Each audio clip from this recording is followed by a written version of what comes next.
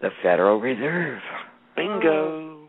And I'm once again, Terry, I'm playing idiot here, thinking to myself, I'm an idiot. What if I never heard of this before? What do we need to throw in here? But it's that bad, folks, and it's in your face. And Terry knows more about it than I do. Well, it's such a warren of rabbit holes, it's unbelievable. But all of these things are coming to pass. And now bankers, politicians especially, not just in America but in other countries as well, are getting busted. They're getting caught for the massive amounts of theft. Iceland told them to pound sand. Yeah, I mean, the amount of money that the Clintons and the Bushes stole from the American people is, most people don't realize that many zeros exist. And now, you know, Obama's catching up, but he's only stolen billions, not trillions, as if that makes a difference when we're losing our homes. But as you heard in that recording that I played, and I'm leading up to turn that over to Drake, but they're talking about that very thing. These individuals stealing this money that they created through the fraudulent mortgage derivatives. This is exactly why we now have a staggering 40 million unlawfully foreclosed homes in America alone. 40 million, folks. It's not just your house or your neighbor's house or a guy across the street. 40 million homes have been foreclosed on when the mortgages were fraudulent to begin with. They securitized your signatures and created these toxic mortgage derivatives. Can I simplify? And that's what they're using to collapse things with. Can I simplify this super simple?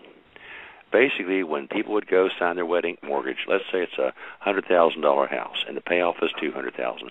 They sign it, wedding signature. That wedding signature piece of paper goes out the door for $150K.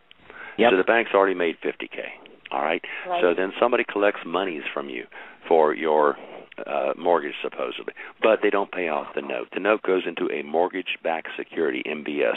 There's a long history of this crap. They created CDOs, collateralized debt obligations, and SIVs, structured investment vehicles, all paper scams. But your wedding signature gets bundled into a bond. It's sold to somebody in the world. Good luck collecting it.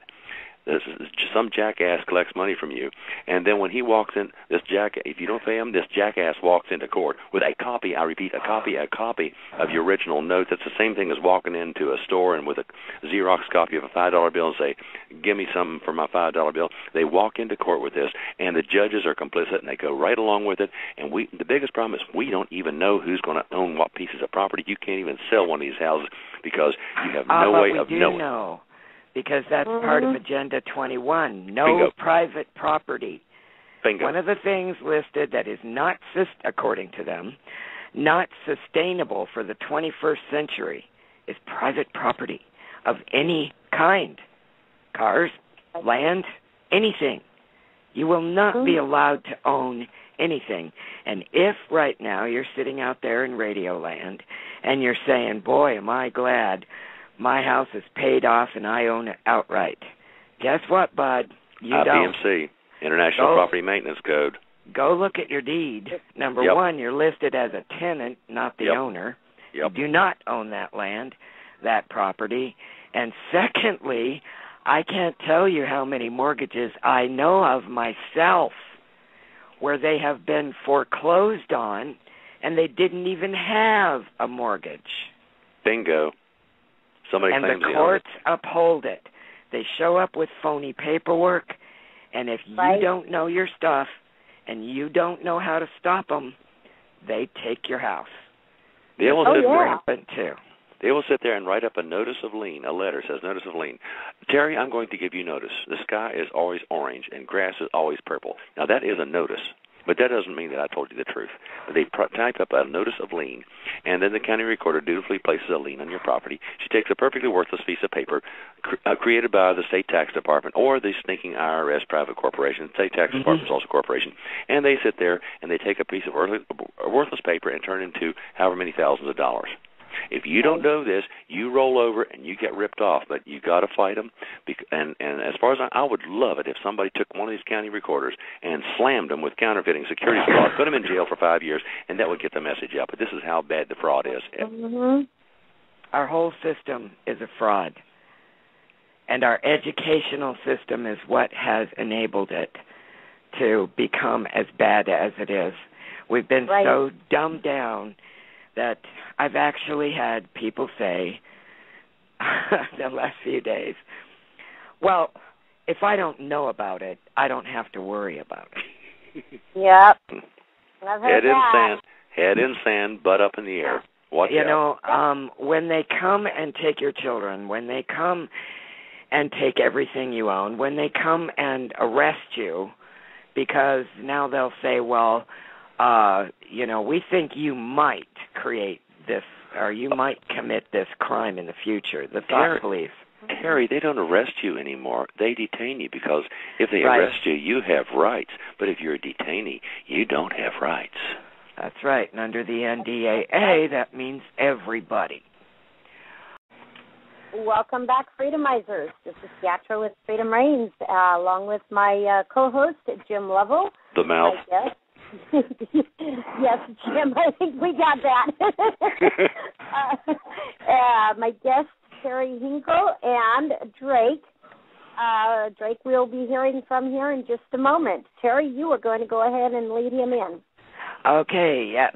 That brings us back to the project that the various states are working on right now, almost totally completed, whereby we can give our U.S. military civilian authority to assist us to clean house. That does not mean they will clean house.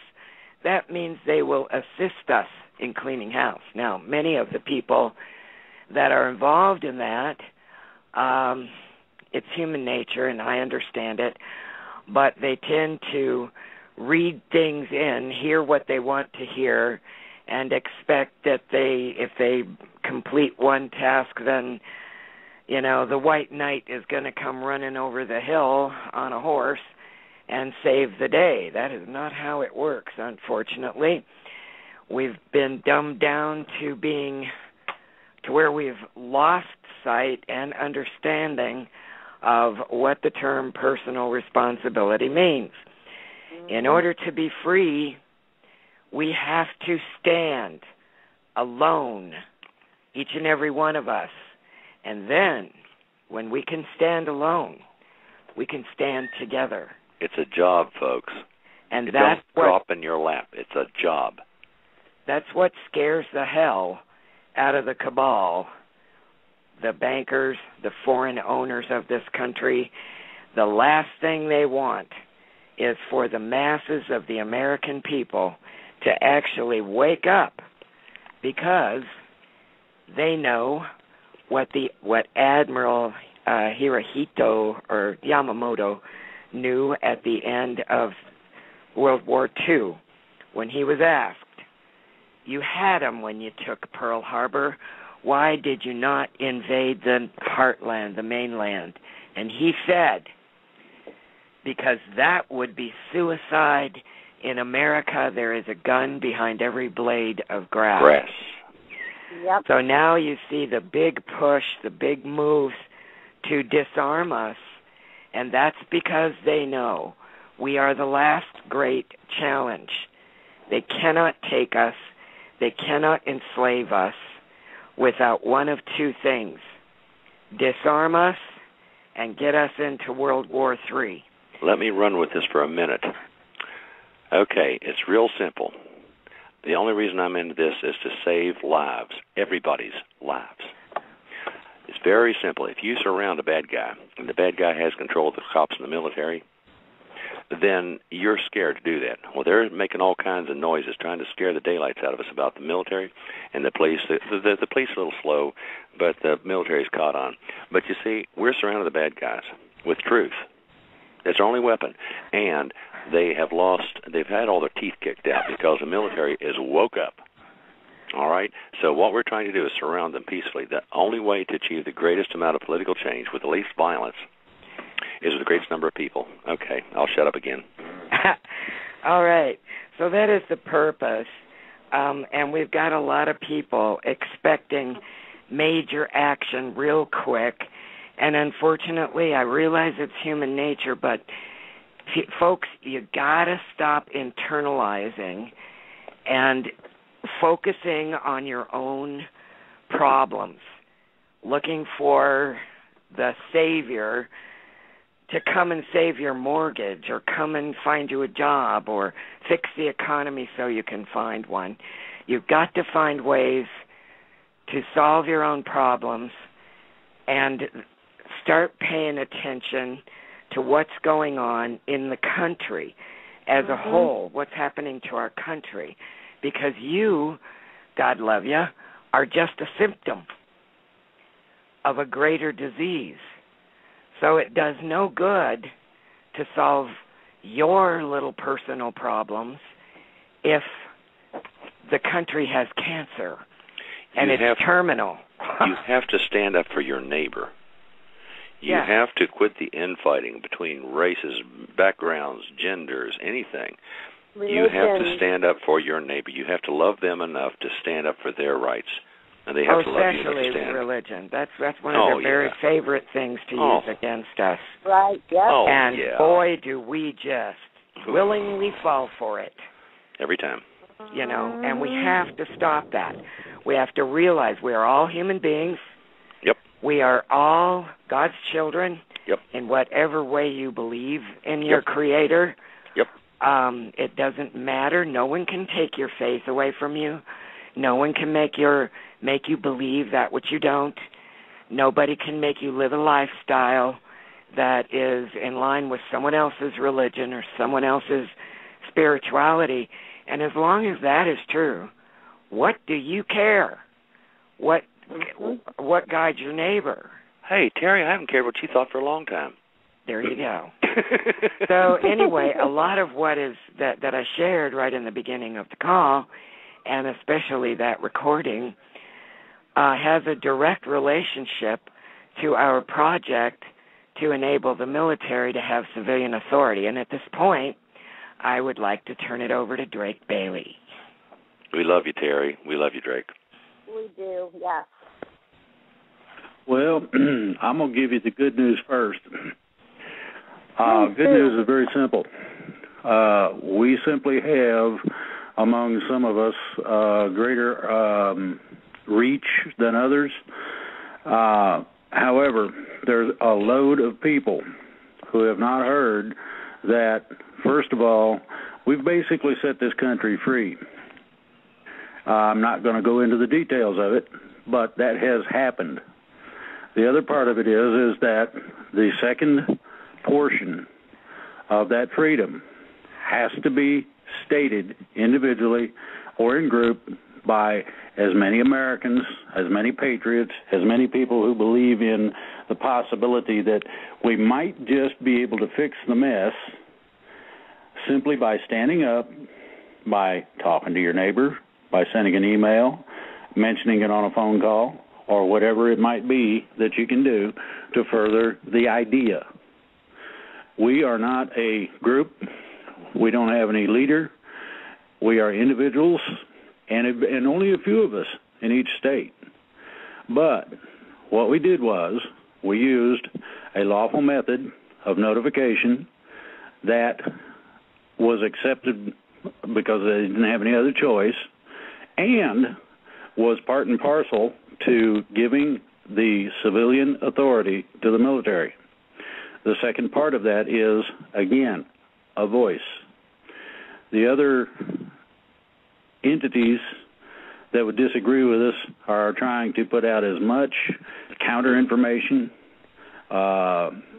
demoralization, and distraction as is possible. One of the things that is a distraction is the Middle East.